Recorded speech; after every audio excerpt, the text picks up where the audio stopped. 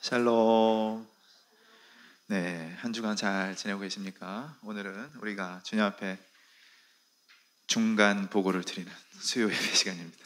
한 주간 얼마나 은혜 가운데 사시는지 우리가 중간 보고를 드리는 귀한 시간입니다. 우리 다 함께 마음 모아서 기도 드리도록 하겠습니다.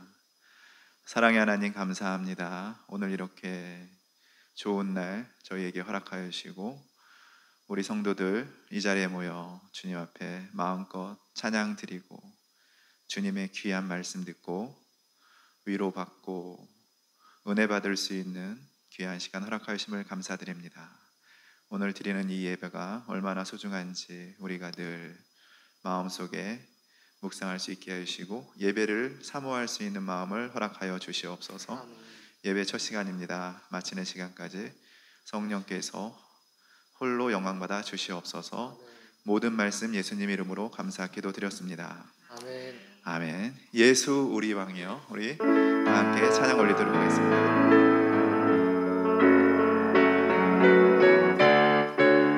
우리 두 손 들고 예수 우리 왕이여. 예수 우리 왕이여, 이곳에 오셔서 보좌로 주여 임하사 찬양을 받아 주소서. 주님을 찬양하오니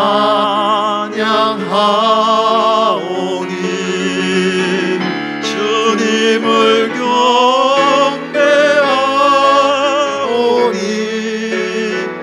왕이신 예수여 오소서. 자정하사 다스리소서. 예수 우리 왕이여. 예수 우리 왕이여, 이곳에 오소서. 보좌로 주여 임하사 찬양을 받아 주소서. 주님을 찬양하오니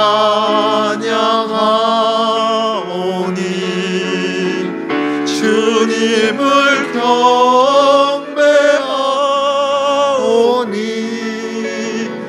왕이신 예수여 오셔서 좌정하사 다스리소서. 주님을 찬양하오니 주님을 찬양하오니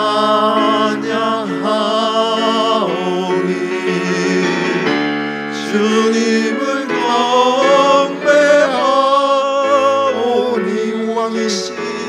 왕이신 예수여 오소서. 자정하사 다스리소서.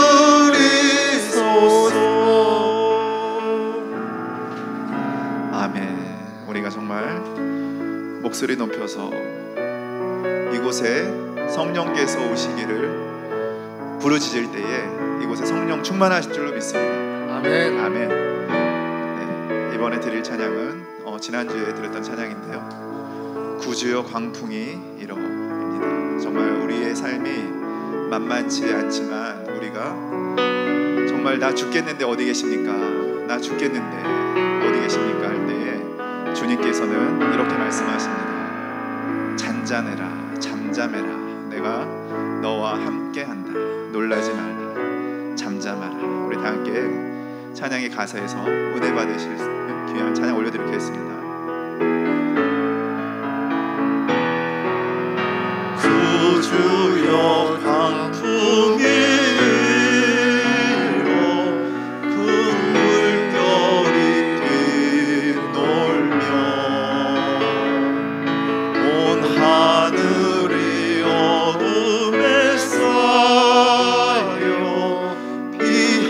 곳을 모르니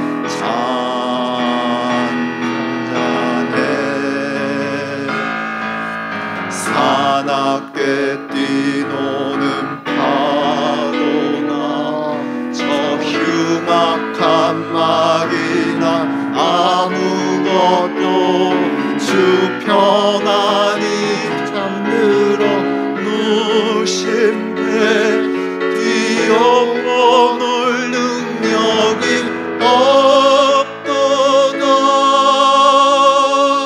주 예수 풍파를 꾸짖어 잔잔해 잔잔해 주 예수 풍파를 꾸짖어 잔잔하라. 주 예수 풍파를 꾸짖어 주 예수 풍파를 꾸짖어 잔잔해 잔잔해 주 예수 풍파를 꾸짖어 잔잔하라. 구주여 떨리는 내 맘 구주여 떨리는 내 맘 저 풍랑과 같아서 늘 불안에 쌓여서 살이 날 붙들어 주소서. 아멘. 세상의 풍파가 나를 삼키려 합니다. 지금 죽게 된 날 돌아보사 곧 구원해 주소서. 큰 바람아 물결아 잔잔해 잔잔해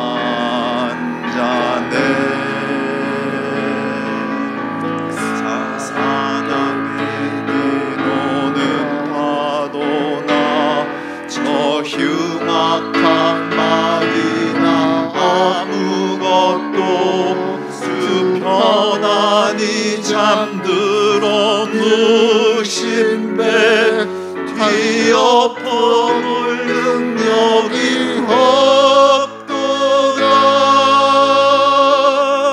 주 예수 풍파를 꾸짖어 잔잔해 잔잔해 주 예수 풍파를 꾸짖어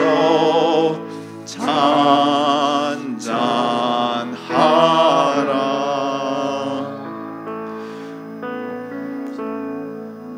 오직 주만이 나의 반석 나의 구원이시니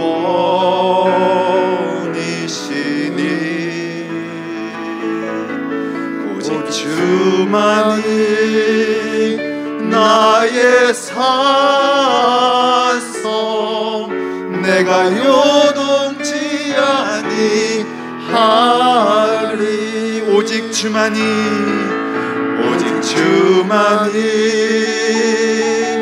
나의 반석 나의 구원이시니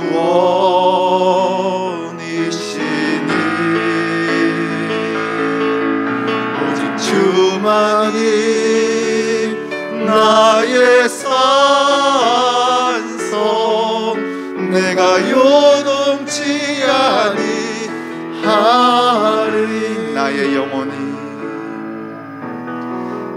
나의 영혼이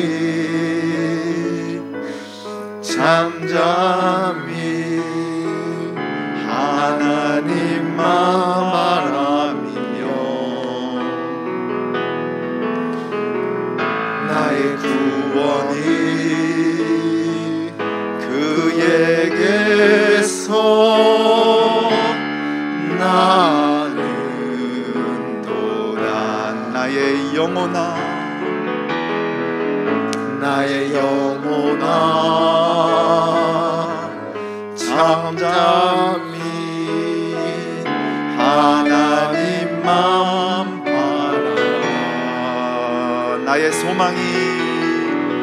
나의 소망이 저에게서 나는 도다. 오직 주만이 나의 반석, 나의 구원이시니. 오직 주만이 나의 산성, 내가 요동치 아니하리. 하나님 사랑의 눈으로 너를 어느 때나 바라보시고, 하나님 인자한 귀로서 언제나 너에게 기울이시니. 어두움에 밝은 빛을 비춰주시고 너의 작은 신음에도 응답하시니. 너는 어느 곳에 있든지 주를 향하여 주만 바라보. 우리 두 손 들고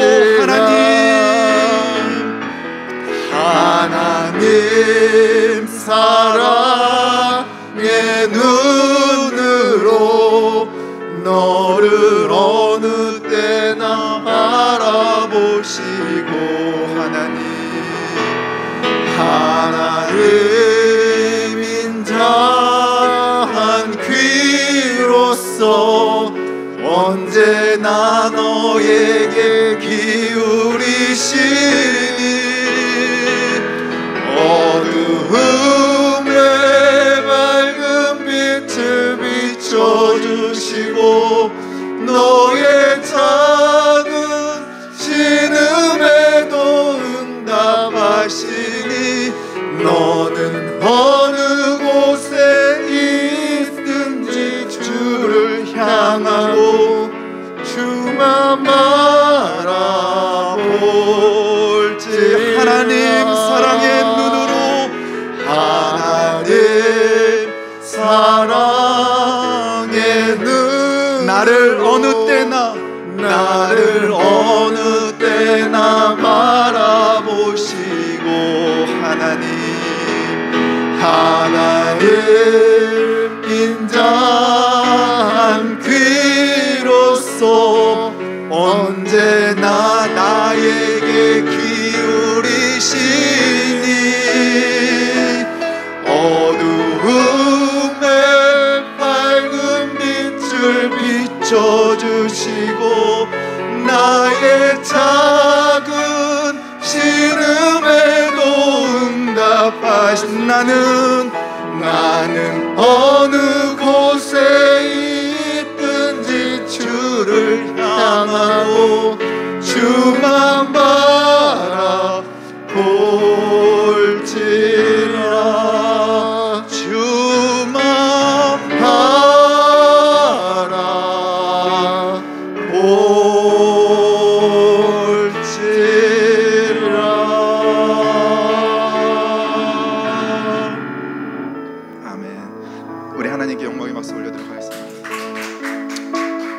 마음 모아서 기도하는 시간을 가졌으면 좋겠습니다.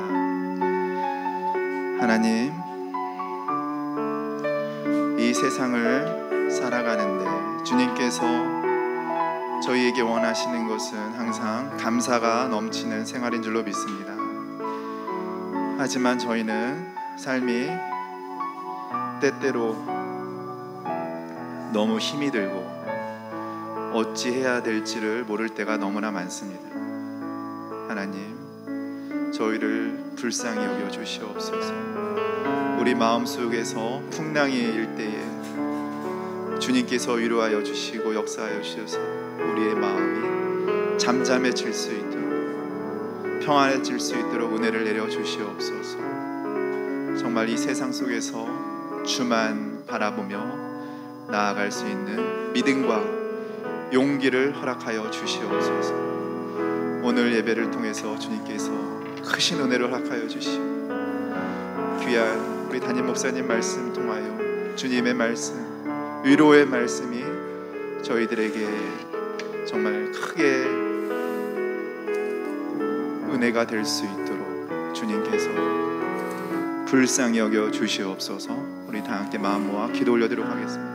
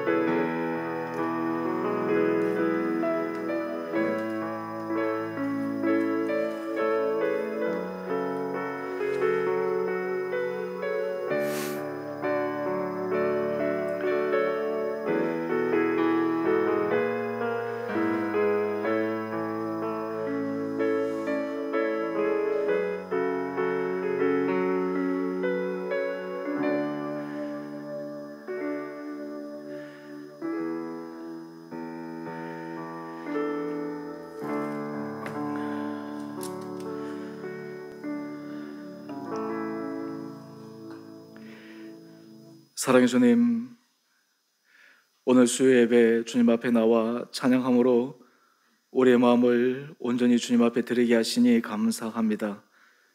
찬양 가운데 우리에게 임재하시고 말씀하여 주시고 우리에게 새로운 믿음의 용기를 더해 주신 주님, 우리의 삶이 날마다 주님 앞에 점점 가까워지는 복된 삶 살아가게 하여 주시고 주님 앞에 예배 드릴 때마다 우리가 이 예배 드릴 수 있다는 것이 얼마나 행복하고 소중하며 또한 이것이 주님 앞에 드리는 얼마나 아름다운 헌신인가를 깊게 깨달아 예배 드리는 우리 각 사람과 또 이 시간 형편으로 함께 참석하지 못한 우리 성도들에게도 하나님의 크신 은혜 도하여 주셔서 우리 주님의 온 성도들이 예배의 자리를 기뻐하며 예배의 은혜를 누리며 또한 예배를 통해 주님 앞에 영광 올려드리는 복된 삶 살아가게 하여 주옵소서. 오늘 예배의 시종 가운데 성령께서 친히 이 자리에 좌정하여 주시고 우리의 생각과 우리의 마음을 온전히 붙들어 주셔서 더욱더 우리가 주님 앞에만 집중하는 복된 은혜 시간 되게 하여 주시기를 우리를 사랑하신 예수님 이름으로 감사기도 드리옵나이다. 아멘. 우리 오늘 말씀 잠언 28장 26절 우리 한 절 말씀입니다.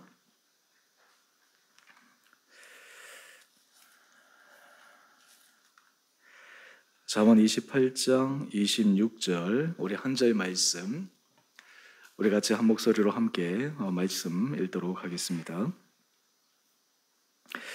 자기의 마음을 믿는 자는 미련한 자요 지혜롭게 행하는 자는 구원을 얻을 자니라. 아멘. 오늘 수요일에 나오신 우리 사랑하는 성도님 한 분 한 분들 우리 주님 이름으로 축복합니다. 하나님 앞에 우리가 예배 드릴 때마다 하나님께서 우리에게 힘도하여 주시고 또 이 시간 나오신 우리 분들이 함께 모여 예배 드릴 때 또 우리 주원의 온 성도님들 우리 함께 전체가 주님 앞에 날마다 한 걸음 한 걸음 나갈 수 있는 귀한 예배를 쌓아갈 수 있는 은혜 시간 될 수 있게 되기를 원합니다. 여러분은 여러분의 마음을 어느 정도 아십니까? 여러분 사람이 자신에 대해서 어느 정도 알고 있을까? 이런 질문을 우리는 잘 하지 않고 지나갑니다. 내가 그냥 내 자신에 대해서 잘 아는 것 같은데 여러분 실제로 우리가 우리 자신에 대해서 잘 모르는 경우가 대부분입니다. 많은 경우에 특별히 우리가 우리 마음의 상태를 모를 때가 너무너무 많습니다. 마음에서 일어나는 현상들을 통해서 그나마 우리 마음을 좀 알 수가 있지 실제로 우리 마음의 상태를 정밀하게 아는 것이 참 어렵습니다. 그 이유가 무엇일까요? 그 이유는 우리가 우리 마음의 상태를 알기 위해서는 집중해서 보아야 합니다. 우리가 관심을 가지고 보아야 합니다. 그냥 스쳐 지나가서 우리 마음을 제대로 알지 못합니다. 대부분의 많은 경우에 우리는 경험치로 우리 마음을 압니다. 어떤 느낌이 들고 어떤 몸의 상태가 되고 이러면 이런 마음이겠구나, 그렇게 알게 됩니다. 또 다른 한편에서 이 마음은 또 의지와도 관련이 되는데요, 때로 우리가 마음먹은 대로 되지 않을 때가 진짜 많아요. 여러분, 사실 우리가 마음먹은 대로 우리 삶을 살아갈 수 있다, 그렇다면 우리가 많은 문제가 해결될 거예요. 우리가 주일 말씀을 듣고 새벽마다 큐티 말씀하고 또 여러분들 하나님 주신 은혜가 있는데 그때마다 여러분의 마음이 깨달아지고 결단하고 내가 저렇게 살아야지, 여러분 그대로 사라지기만 하면 얼마나 좋겠습니까? 근데 우리 마음이 그렇지 않다라고 하는 거예요. 우리 마음이 어느 순간 내가 이 마음을 평생 가질 것 같은데 조금만 시간이 지나면 이것이 희미해져 버립니다. 잊어버려집니다. 심지어는 내가 마음먹은 것조차도 잘 되지 않습니다. 오죽했으면 작십삼일이라고 하는 이 말이 보편적인 말이 되었겠습니까? 결심하고 해도 잘 안 된다라고 하는 것이죠. 이런 의미에서 보면 과연 나는 내 마음을 잘 알고 있는가? 또 다른 한편으로 마음을 잘 안다라고 하는 것은 우리 마음을 잘 관리한다는 것인데요, 우리 마음을 또 예측할 수 있다라고 하는 것인데요, 그것을 정말 잘 알 수 있는가? 아마 인생을 살아가면서 많은 사람들이 나도 내 마음을 몰라, 아마 이런 삶으로 그냥 평생을 살아가다가 그냥 마감을 하는 경우가 대부분이 아닐까, 그런 생각을 해봅니다. 오늘 잠언 28장은 이런 마음에 대해서 우리에게 말씀하고 있습니다.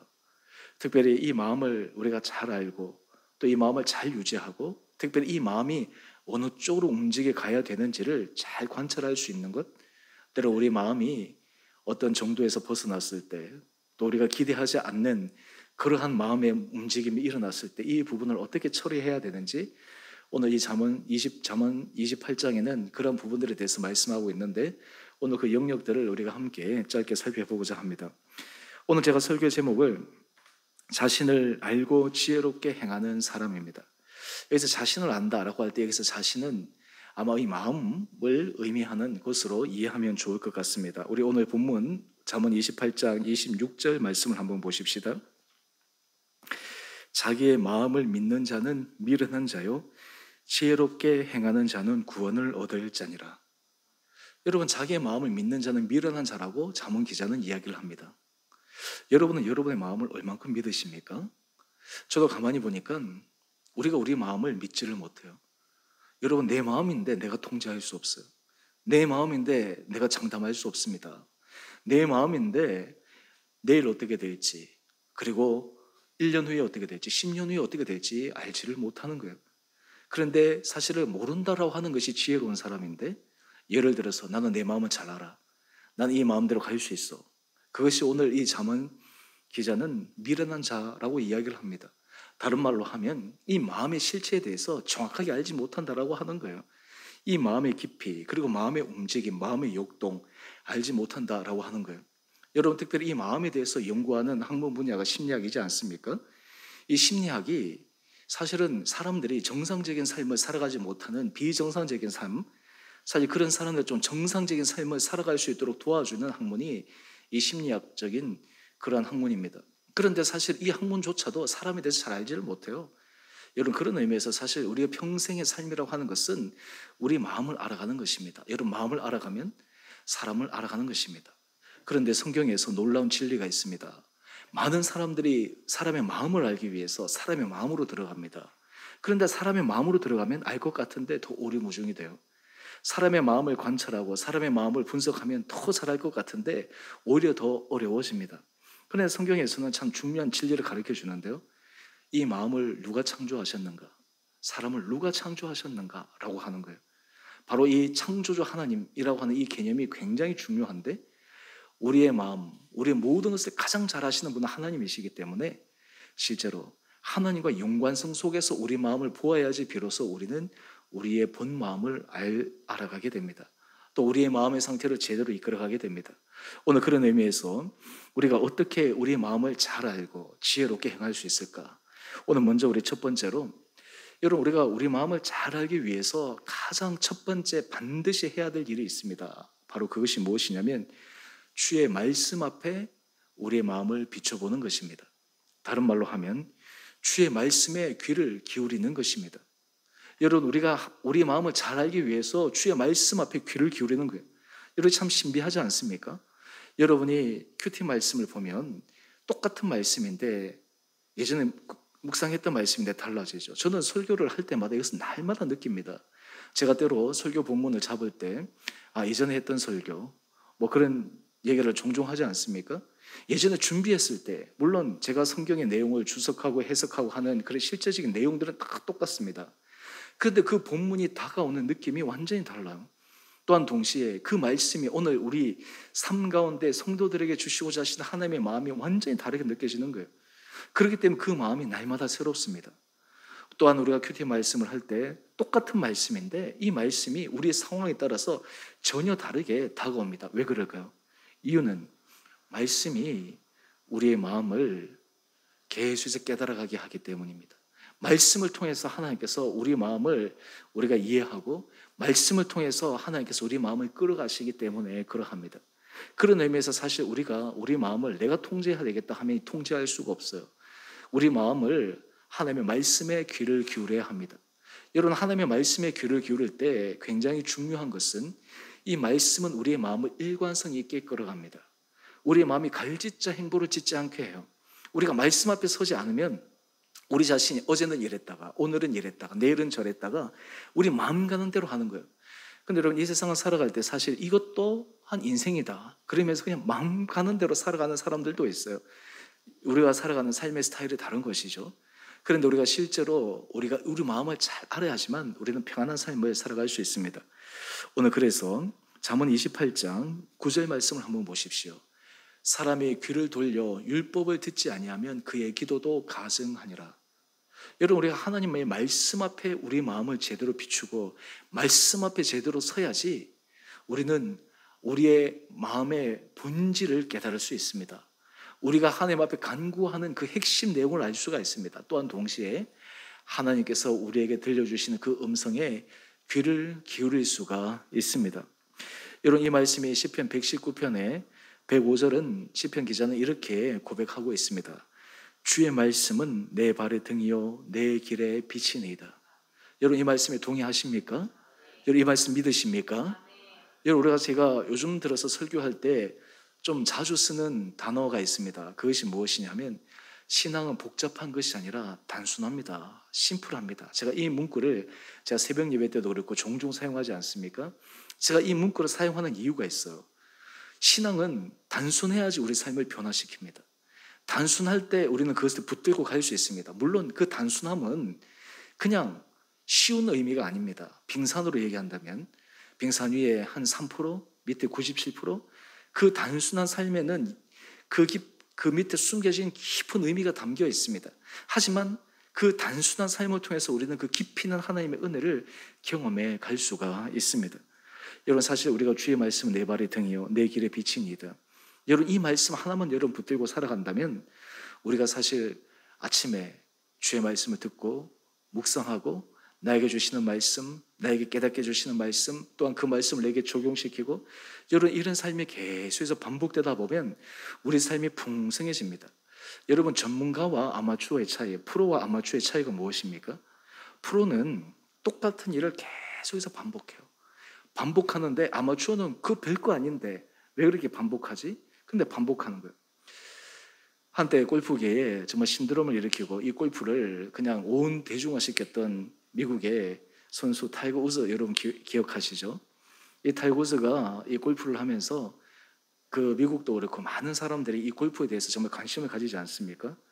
뭐 골프를 해보시는 분들은 알겠지만 모르는 사람들은 그 공 치면 똑같지 뭐 여러 가지 채도 많은데 왜 그래 잘 모르잖아요. 근데 이 타이거 우즈가 연습하는 거를 한번 우연히 제가 본 적이 있는데요.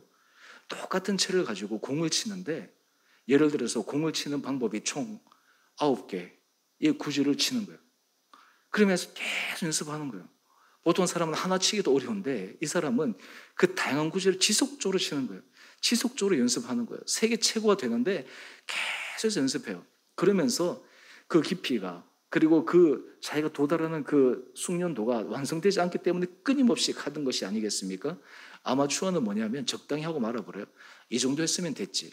그런데 전문가들은 들어가면 들어갈수록 더 깊게 있게 들어가거든요.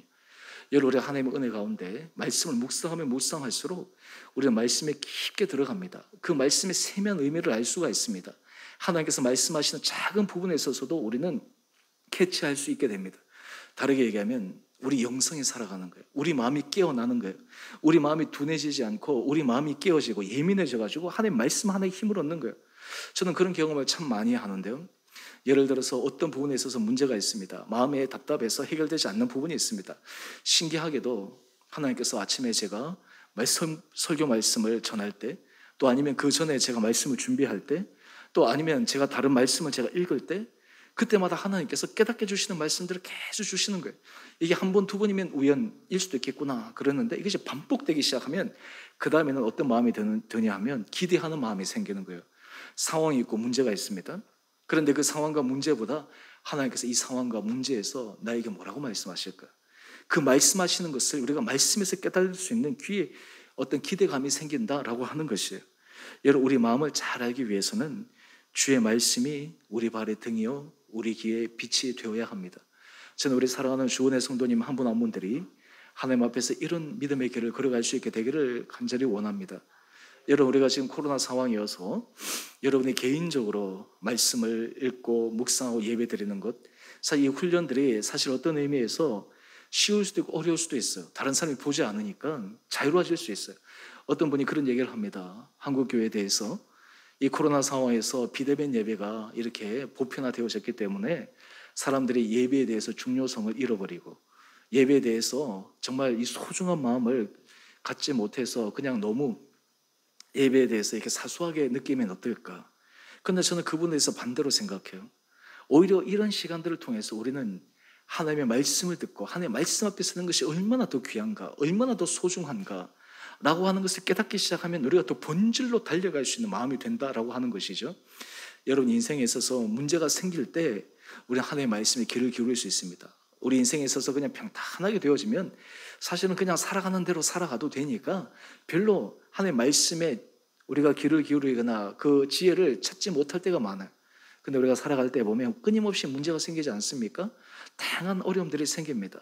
우리 성도들, 우리 교회 안에서 크고 작은 여러 가지 기도 제목들이 제게 올 때마다 저는 그 기도 제목들을 가지고 하나님 앞에 기도할 때 때로는 말씀으로 받기도 하고 때로는 말씀 앞에서 내가 묵상하기도 하고 또 하나님께서 하신 것들을 바라보면서 그런 것들을 계속해서 우리가 확인하고 가잖아요. 여러분, 그때 하나님께서 우리의 삶을 정말 신앙의 전문가의 수준으로 끌어올리시는 거예요. 우리는 사실 사회적으로 전문가의 수준으로 끌어올라가기를 원합니다. 그런데 많은 사람들이 신앙을 아마추어처럼 할 때가 많아요. 신앙을 초보적인 수준에서 끝낼 때가 많아요. 그리고 그런 데 있어서 발전하고 성숙하고 전문가의 수준으로 올라가려고 하지 않는 거예요. 여기서 전문가라고 하는 것은 깊이 있는 성서 지식을 많이 하는 그런 것이 아니라 하나님의 말씀을 깨닫고 깨달은 말씀을 삶에 적용하고 실천할 수 있는 것, 이것이 전문가예요. 그래서 여러분, 고수들은 복잡하지 않습니다. 고수들은 단순해요. 잘 모르는 사람은 어떤 이론을 가르쳐 달라고 할 때 굉장히 복잡하게 설명해요. 왜냐? 자기도 모르기 때문에. 그런데 완전히 이해하고 깨달은 사람은 가르쳐 달라고 할 때 쉽게 가르쳐줘요. 왜 그렇습니까? 완전히 이해했기 때문에. 사람에 따라서 다양한 방법으로 접근해서 이야기를 한단 말이죠. 여러분, 우리 삶이 우리 마음을 알아가기 위해서 주의 말씀이 우리 발의 등이요 빛이 되는 이런 믿음의 길을 걸어가야 됩니다. 여러분, 그럴 때 우리 마음을 계속해서 체크할 수 있어요. 우리 마음의 상태를 확인할 수 있어요. 여러분, 이 마음의 상태를 우리가 제대로 확인하지 못하면 자기도 모르는 사이에 이 마음이 우리를 옥죄어버리고 우리의 마음이 엉뚱한 방향으로 우리 삶을 끌어가 버리고 우리 마음을 잘못된 선택을 하게 만들고 그로 인해 가지고 나중에 그 선택의 결과로 인해서 우리가 많은 시간과 그리고 많은 노력을 기울여서 다시 정상 회복시키는 그러한 헛된 시간을 보낼 때가 참 많단 말이죠. 오늘 그런 의미에서 우리가 주의 말씀을 우리가 붙들고 살아가는 것이 필요합니다. 또한 우리가 주의 말씀을 귀를 기울일 때 시편 119편 106절은 이렇게 우리에게 얘기합니다. 주의 의로운 규례들을 지키기로 맹세하고 굳게 정하였나이다. 여러분, 우리 마음을 통제하고 우리 마음을 잘 관리하기 위해서 말씀에 순종한 훈련을 지속적으로 해나가야 돼요. 지속적으로 해나가야 합니다. 여러분, 그것이 깨어지는 순간 우리 삶의 영성이 흐트러지는 거예요. 여러분, 삶에 있어서 하나님 앞에서 우리가 반드시 타협하지 말아야 될 것이 있습니다. 그것이 무엇이냐면 하나님 앞에 은혜를 받는, 그리고 하나님의 말씀 앞에서 내가 결단하고 내가 이것만큼 마지노선을 지켜야 되겠다라고 하는 것을 절대로 포기하면 안 돼요. 신앙에서 그걸 포기하는 순간 우리는 우리 마음 가는 대로 행할 수밖에 없고, 우리 마음이 흔들려 버릴 수 없고, 또한 상황 가운데서 우리가 두려움에 넘어질 수밖에 없습니다. 오늘 우리가 찬양했던 것처럼 막 풍랑이 칠 때, 거센 풍파가 일어날 때 주님을 못 보고 거센 풍파를 바라보고 그 거센 풍파 속에 빠져버리고 맙니다. 허우적거리고 맙니다. 하지만 우리가 주의 말씀을 붙들고 그 말씀을 지키기로 우리 결단하며 나갈 때 하나님께서 우리에게 주시는 놀라운 은혜가 있습니다. 저는 바라기는 우리 사랑하는 성도님 한 분 한 분들에게 그런 은혜 허락하여 주시기를 원합니다. 여러분의 삶 가운데 하나님께 주시는 말씀, 하나님께서 여러분에게 결단하게 하신 것, 이것은 내가 끝까지 붙들고 가야지. 그래서 사실은 신앙이 가면 갈수록 우리가 말씀에 순종하는 것이 점점 커져가는데, 커져가도 처음에는 버겁다가 나중에는 쉬워지는 거예요. 나중에는 그냥 자연스러워지는 거예요. 나중에는 그렇게 하지 않으면 불편해지는 거예요. 여러분, 이럴 때 이 말씀이 우리 마음을 이끌고 갑니다. 이 말씀이 우리 삶을 통제하게 됩니다. 우리의 삶을 주관하게 됩니다. 여러분, 그럴 때 우리 마음이 엉뚱한 방향으로 가지 않고 말씀 앞에서 서게 됩니다. 우리가 두 번째 단계로 가면요, 그런데 우리가 이렇게만 가면 얼마나 좋겠습니까마는 사실은 우리의 마음은 그렇지 못해요. 우리의 마음은 엉뚱한 데로 너무너무 자주 가요. 엉뚱한 생각들이 너무너무 많이 들어요. 복잡한 마음들이 너무너무 많이 일어나요. 여러분, 지나가 보면 다 그런 거, 불필요한 시간, 불필요한 것에 우리 마음의 에너지를 얼마나 많이 쓰는지 몰라요. 제가 요즘 많이 드는 생각 중에 하나가, 우리가 많은 시간들을 불필요한 때 에너지를 낭비하며 살아갈 때가 많구나. 필요할 때 우리 마음을 쓰고 에너지를 써야 되는데, 우리가 생각할 때 그때는 중요하다고 생각하지만 지나고 나보면 불필요한데 우리 에너지를 쓸 때가 참 많이 있습니다. 특별히 우리 마음은 우리가 하나님의 말씀 앞에 조금만 방심하면 끊임없이 넘어질 수밖에 없어요. 왜 그럴까요? 우리 마음 자체가 타락했기 때문에 그러합니다. 여러분들이 예레미야 우리 17장 말씀을 한번 볼까요? 예레미야 17장 우리 9절에서 10절 말씀인데요, 우리 같이 함께 읽어보겠습니다. 시작. 만물보다 거짓되고 심히 부패한 것은 마음이라. 누가 능히 이를 알리오마는 여호와는 심장을 살피며 폐부를 시험하고 각각 그의 행위와 그의 행실대로 보응하나니.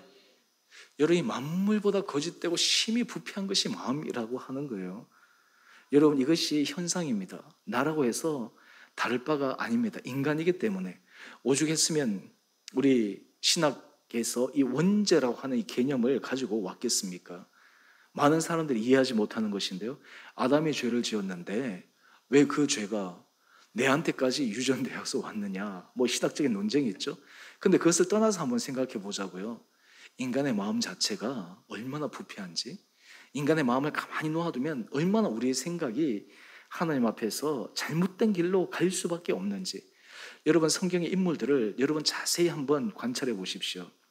성경의 인물 가운데 한 번의 실수도 없이 완벽한 길을 걸어갔던 사람 여러분 찾을 수 있습니까?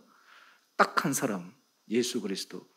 예수님 외에 모든 사람은 우리가 성경 말씀을 볼 때마다 인간적인 면이 드러납니다. 실수하게 되어 있습니다. 여러분, 그렇기 때문에 우리 애가 하나님 앞에서 이 실수하고 넘어지는 이 부분을 반드시 해결해야 될 방법이 있어야 되는 거예요. 여러분, 이것을 하지 않으면 어떻게 될까요? 우리가 집에 쓰레기를 한번 생각해 보십시다. 집을 청소할 때 쓰레기가 조금 있을 때 빨리 치워야 돼요.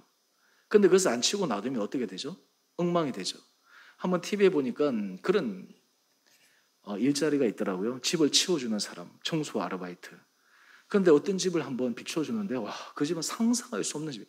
쓰레기가 거의 뭐 바닥에서 1m 쌓여가지고 그런 집에서 어떻게 살아갈까? 아마 그 사람의 정신적인 내면의 상태가 힘들기 때문에 그렇게 살아가던 거 아니에요? 어느 정도 일정 수준의 이상으로 집이 그렇게 되면 자기 혼자 정리하지도 못하는 거예요. 쓰지도 못하는 거예요. 결국은 그 전문가의 도움을 받아가지고 하는데요, 그것을 정리하고 청소하는데 어떨 때 보면 그 집 하나, 뭐 조그만 집인데요, 이 쓰레기 100리터짜리를 그다음 뭐 수십 개 그냥 해서 버리는 경우가 많단 말이죠. 그런데 저는 그걸 보면서 참 저렇게 미련할 수 있을까 이런 생각을 했는데 어느 날 제가 그 장면이 떠오르면서 우리 마음이 어쩌면 저러지 않을까? 어쩌면 우리 마음이 저러지 않을까? 우리 마음 안에 하나님 앞에서 잘못하고 실수하고 부조리 하는 이런 것들을 즉각 해결하지 못하고 그냥 쌓아두고 방치하고 넘어가고, 그래서 우리도 알지 못하는 사이에 우리 마음 상태가 저 쓰레기로 이런 것들을 가득 차가지고 꼼짝달싹할 수 없는 그런 상태가 되지 않았는가? 한번 생각해. 집에 그렇게 있으면 정상적인 생활을 하겠습니까? 단지 그냥 일반적으로 삶을 살아가지만 그 아늑한 집, 그냥 평안한 그러한 집을 상상할 수가 없잖아요. 마음이 그런 게 쌓여있다면 한번 생각해 보십시오. 평안이 있겠습니까?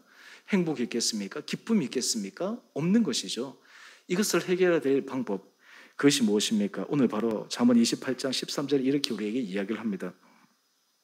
자기의 죄를 숨기는 자는 형통하지 못하나 죄를 자복하고 버리는 자는 불쌍히 여김을 받으리라.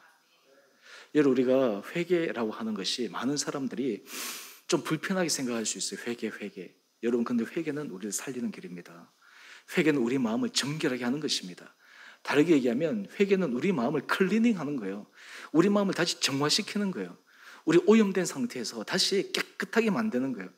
여러분들 청소하고 나면 기분 좋죠? 세탁하고 나면 기분 좋죠? 모든 것이 정리정돈 잘 되면 기분 좋죠? 여러분, 우리 마음 상태가 그냥 여기저기 그냥 죄악으로 덕지덕지 그냥 오염되어지고 쌓여가지고 정상적으로 작동하지 못하는 마음, 여러분, 그것이 습관화되기 시작하면 그런 사람은 인생에서 매 순간마다 행복을 느낄 수가 없어요. 기쁨을 느낄 수가 없어요. 보편적인 사람들이 누리는 것을 누리지 못하는 거예요. 왜 그렇습니까? 이 마음에 쌓인 그 찌꺼기들, 다른 말로 하면 죄악들, 허물들이죠. 근데 많은 사람들은 그것을 인정하지 않아요. 여러분, 우리가 회개라고 하는 것은 제일 중요한 것이 인정하는 것입니다. 내가 잘못했습니다. 여러분, 우리가 하나님 앞에 이 회개라고 하는 것은 참 놀라운데요, 우리는 사실 사람과의 관계 속에서 인정하는 것이 어렵습니다. 근데 어려운 이유가 있어요. 그것이 무엇이냐면 상대에 대해서 신뢰가 부족하기 때문이에요. 내가 잘못했다, 실수했다 라고 했을 때 이 사람이 나에 대해서 어떻게 할까? 또 다른 거 하나, 우리가 잘못을 인정을 하면 우리는 그 잘못에 대해서 책임을 져야 된다고 생각했기 때문에 내가 관계 속에서 내가 잘못했다라고 하면 뭔가 그 관계 속에서 내가 약자가 되는 것 같고 내가 뭔가 이게 숙여 될 것 같고, 그렇기 때문에 많은 사람들이 자기가 잘못해도 끝까지 잘못했다 소리를 안 하는 거예요. 잘못해도 그냥 가는 거예요.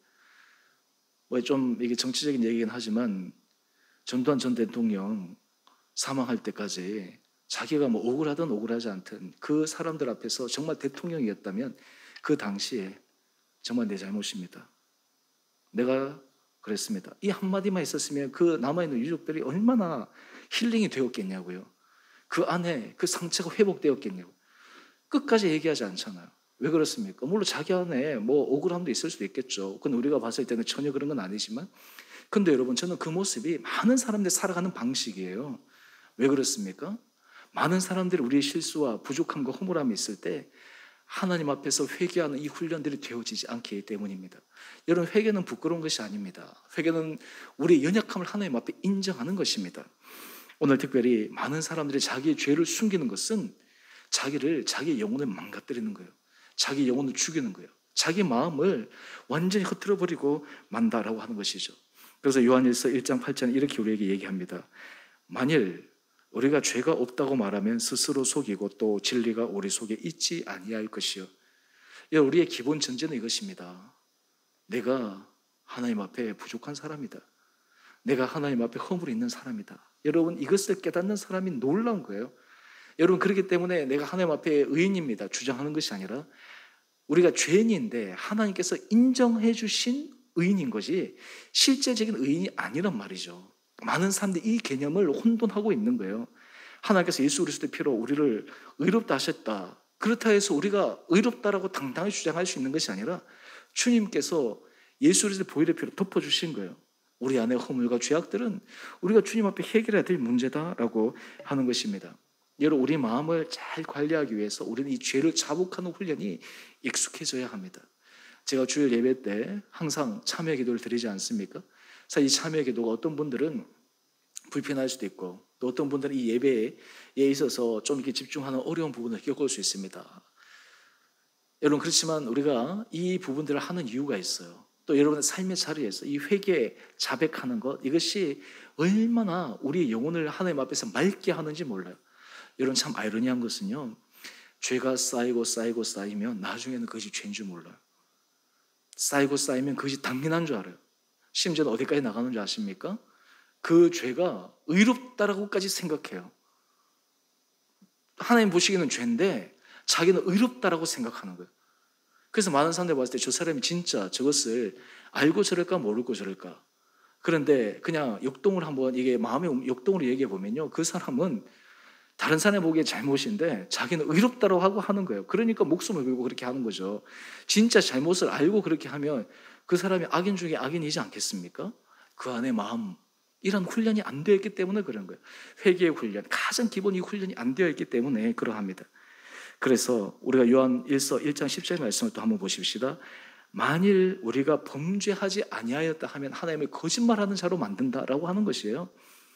여러분, 하나님 앞에서 우리가 회개할 때, 하나님 앞에서 자백할 때 사람 앞에 화백하는 것과 사람 앞에서 우리가 잘못을 인정하는 것과 다른 것이 있어요. 그것이 무엇이냐면, 우리는 하나님 앞에 회개하면 나갈 때 하나님 그 회개하는 자를 기뻐하십니다. 회개하는 자를 긍휼히 여겨 주십니다. 회개하는 자에게 새로운 기회를 주세요. 회개하는 자에게 하나님께서 그 모든 죄를 사하여 주십니다. 이것이 놀라운 거예요. 근데 많은 사람들이 그 과정을 거치지 않으니까 그 마음에 이 온갖 찌꺼기들이 계속해서 쌓여가는 것이다 라고 하는 것이죠. 그래서 요한 1서 우리 1장 9절, 만일 우리가 우리 죄를 자백하면 그는 미쁘시고 의로워서 우리 죄를 사하시며 우리를 모든 불의에서 깨끗하게 하실 것이요. 여러분, 우리 마음을 잘 관리할 때 이 방법이 반드시 있어야 돼요. 여러분, 하나님 앞에 우리 안에 그 죄가 깨달아졌을 때 즉각적으로 하나님 앞에 회개하는 훈련이 필요해요. 자백하는 훈련이 필요해요. 그리고 또 더 나아가서 우리가 다른 사람에게 관계 속에서 이런 잘못과 실수가 떠올랐다면 내 자존심이 뭐고 필요 없는 거예요. 잘못했다라고 인정해야 되고 잘못했다라고 얘기를 해줘야 돼요. 여러분, 부모와 자녀와의 관계에서도 저는 그런 생각이 종종 듭니다. 부모이기 때문에 다 잘할 수도 없지 않습니까? 자녀에게 잘못했다, 미안했다 얘기를 해야 돼요. 저도 우리 아들이 지금 이제 좀 많이 이제 커서 이제 고등학생이 되고 하지만 때로 어떤 부분에서 얘기하면 내가 딱 생각해 봤을 때 내가 이건 실수했구나 라는 생각이 딱 들면 제가 즉각적으로 얘기를 해요. 미안하다. 아빠가 잘못했다. 아빠 그 부분에 대해서 실수했다. 그런데 이것은 부모의 권위를 떨어뜨리는 게 아니에요. 부모의 권위를 인정하는 것입니다. 부모의 권위가 올라가는 거예요. 인정하지 않는 것이 권위를 떨어뜨리는 거예요. 여러분, 이것이 역설이지 않습니까? 부모가 자녀에게 인정할 때 부모의 권위가 올라가요. 그리고 자녀는 그 말을 들었을 때 아니에요. 제가 잘못했어요. 저도 잘못했어요. 저도 부족한 게 있어요. 이렇게 되는 것이죠. 여러분, 우리가 하나님 앞에 우리가 회개하고 자백하고 하는 이 훈련들은 우리가 하나님 앞에서 우리의 마음이 새로워지는 훈련입니다. 하나님 앞에서 그렇게 나갈 때 여러분, 하나님이 얼마나 우리를 긍휼히 여기시는지, 여러분 회개하고 자백할 때 여러분이 아마 이런 경험들을 많이 하셨을 것입니다. 하나님, 제가 이런 부분에서 실수했습니다. 용서해 주십시오. 하나님, 제가 이런 부분에서 부족합니다. 근데 여러분, 한 번이라도 하나님 앞에 이런 얘기를 들어본 적 있습니까? 네, 너 그럴 줄 알았다. 네, 너 그럴 줄 알았어. 너 또 이거밖에 안 돼? 네, 너 가만히 두지 않겠어. 하나님께서 그런 마음을 우리에게 주실 때가 있어요? 한 번도 그런 적이 없어요. 하나님께서 그래, 내 너 잘 알지. 다시 한번 기회 줄게. 다시 한번 잘해봐. 네가 또 부족해서 그런지 안다. 다시 한번 잘해봐. 다시 힘을 내. 하나님께서 그런 마음을 주시잖아요. 하나님의 긍휼한 마음을 주시잖아요.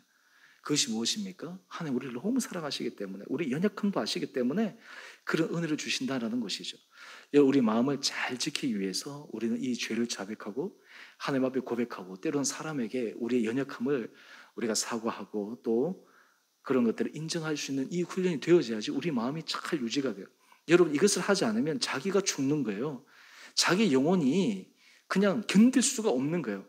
여러분, 이 자기 안에 죄를 갖고 끝까지 살아가면 그것으로 인해서 자기 영혼이 죽을 수밖에 없어요. 마지막 죽는 순간에서도 결코 평안할 수가 없습니다. 사람과의 관계 속에서도 문제가 풀리질 않는 거예요. 마지막으로 하나 더 말씀을 드리면, 또 하나, 우리가 지금 제가 두 가지를 말씀을 드렸죠. 우리 마음을 잘하기 위해서 주의 말씀에 귀를 기울이는 것, 그 다음에 죄를 자백하는 것, 그 다음에 또 하나, 우리 마음을 잘 관리하는 이유가 무엇입니까? 내가 인생을 행복하게 살기 위함이잖아요. 마음의 관리를 잘하면 하나님 은혜 가운데 편하게 살아가기 위함이잖아요.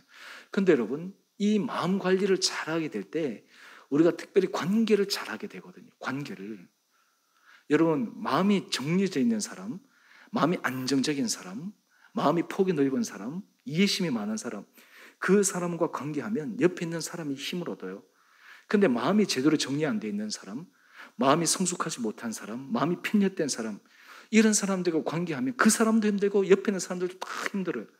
우리가 이 마음을 이렇게 하나님 은혜 가운데서 이렇게 잘 관리하고 훈련하기 시작하면 하나님께서 그것을 통해서 우리에게 원하시는 것이 있습니다. 그것이 무엇이냐면 사람과의 관계를 화목하게 하는 거예요. 여러분, 인생은 사람과의 관계가 화목해져야지 행복한 거예요. 한번 생각해 보세요. 관계 속에서 이 사람 생각하면 불편하고 저 사람 생각하면 불편하고 저 사람 만나기 싫고, 여러분, 그러면 그 마음이 너무너무 불편한 거예요. 이 사람 생각해도 좋고 저 사람 생각해도 좋고 저 사람 생각하면 기대감이 생기고, 여러분, 이런 관계가 좋은 거예요. 어떤 가정이 행복한 가정입니까? 서로가 서로 생각했을 때 기쁘고 좋은 가정이 행복한 가정이에요. 어떤 가정이 불행한 가정입니까? 서로가 서로 생각할 때 스트레스 받는 거죠. 서로가 서로 생각할 때 보고 싶지 않은 거죠. 그러니까 서로 만나지 않잖아요. 서로 그냥 멀어져 버리잖아요. 그게 불행한 거예요. 그 이유가 무엇입니까? 마음 관리가 서로 안 되기 때문에 그런 것이에요. 오늘 그래서 우리 잠언 28장 25절 말씀을 한번 보십시다. 욕심이 많은 자는 다툼을 일으키나 여호와를 의지하는 자는 풍족하게 되느니라. 여러분, 우리가 이 마음 관리를 잘하게 되면요, 우리가 하나님을 의지하면서 믿음의 선한 길을 걸어가게 돼요.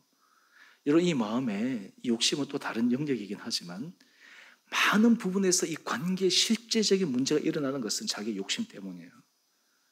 자기 것을 주장하기 때문이에요. 자기 것을 챙기기 위함이에요. 근데 그것이 실제로 자기를 위한 것이 아니에요. 솥탐대실이라는 말이 있듯이 작은 것을 탐하다가 큰 것을 잃어버린단 말이죠.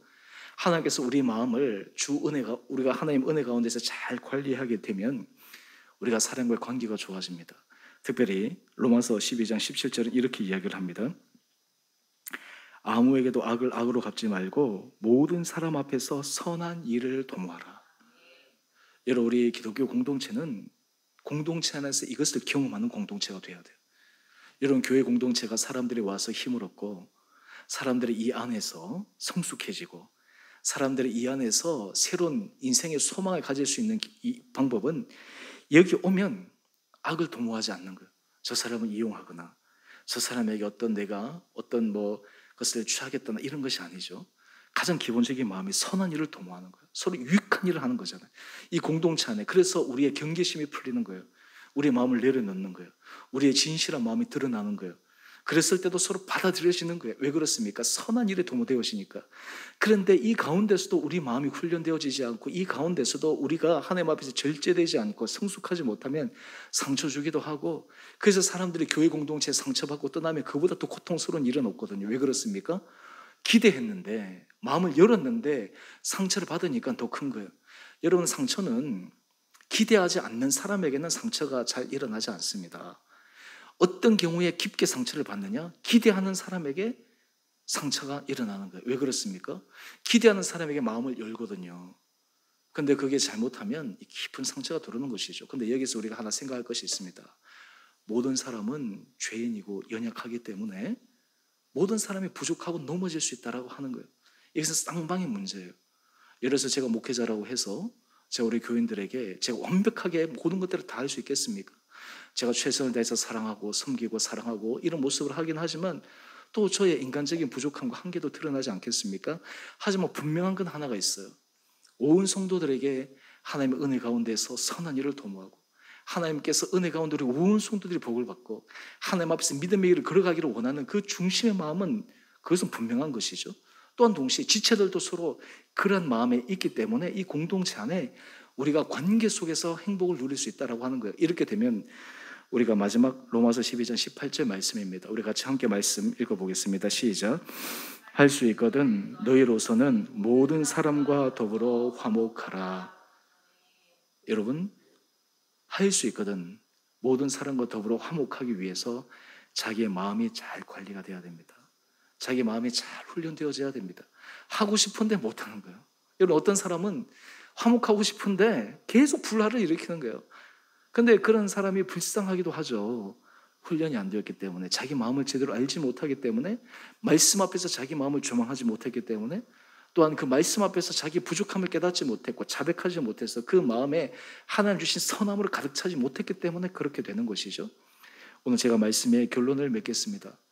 여러분, 우리가 인생을 지혜롭고 아름답고 행복하게 살아가기 위해 우리는 하나님의 말씀 앞에 우리 마음을 잘 관리해야 합니다. 여러분, 우리 이 마음 관리를 못하면, 이 마음이 하나님의 말씀 앞에 제대로 서지 못하면 우리는 이 세상에서 하나님 주시는 풍성한 은혜를 누릴 수가 없습니다. 바라기는 우리 사랑하는 성도님 한 분 한 분들에게 하나님께서 은혜를 도와여 주셔서 여러분이 정말 하나님의 말씀 가운데 여러분의 마음을 제대로 이해하고, 부족할 때 주님 앞에 자백하고, 가정에서든 공동체에서든 우리가 정말 화목을 도모해서 여러분의 하나님 앞에서 그 마음의 훈련을 통해, 또 그 성숙된 모습을 통해 주변의 사람들에게 선한 영향을 끼쳐가시는 우리 모든 복된 한 분 한 분들 되시기를 주님의 이름으로 축원드립니다. 우리 함께 같이 기도하겠습니다.